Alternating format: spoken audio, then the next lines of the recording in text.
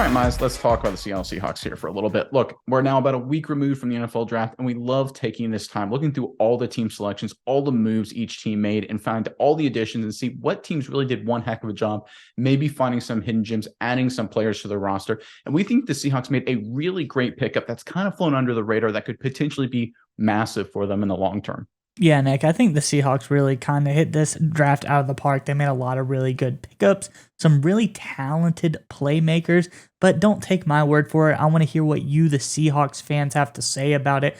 So let us know in the comments below, who was your favorite pick in this draft? We named a lot of guys that we liked, but let us know who you liked. Who is your favorite pick in the 2023 draft? Make sure to stay tuned to the end of today's video. Hear a word from our partner, Neuro. They have a product that gives you a quick and easy boost of energy. I like to take the mints right before the podcast, keep me sharp and focused all the way through. So stay tuned to the end of today's video to hear about Neuro and their products and to get your hands on the special discount code for our viewers. But Nick, nonetheless, you say we had to go super deep, even outside of the draft, to see this pickup. What have the Seahawks been up to? Yeah, so obviously the Seahawks stole one of the bigger moves in the first round when they picked wide receiver Jackson Smith-Njigba out of the Ohio State University. That's going to be a great player. But after the draft, an undrafted free agent selection maybe stole the show potentially in terms of value, at least. I think they got a real steal here. If you want to throw up the report here, Mize, I will read from it. This is from theheavy.com.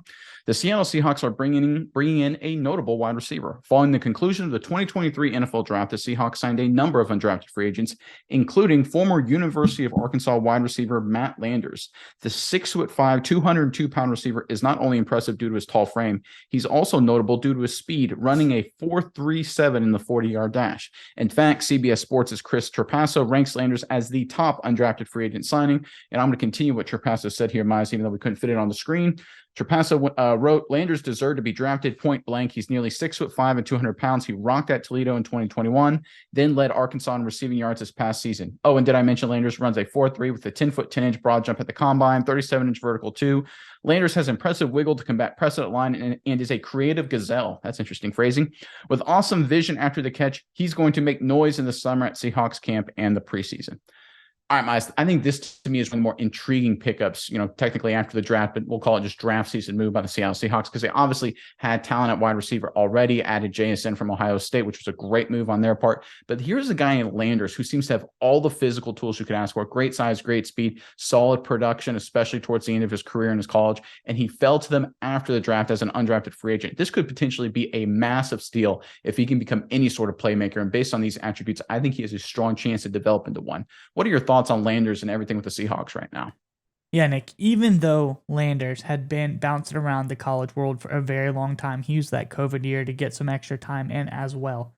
I think we are far from his ability as a receiver. I think it has truly been untapped, especially the use in that Arkansas-style offense. KJ Jefferson isn't the best thrower of the football in the world. He's an extremely good athlete. They were a very powerful running team, but I don't think they were able to utilize this guy to his best success, Nick, notably why his stats maybe don't look as impressive on paper. Never really got over 1,000 yards receiving or anything like that, but this guy, all of his measurables, all of his statistics on through the combine show that he is an elite level athlete. He has elite level size, elite level speed, and you rarely ever get those two things together.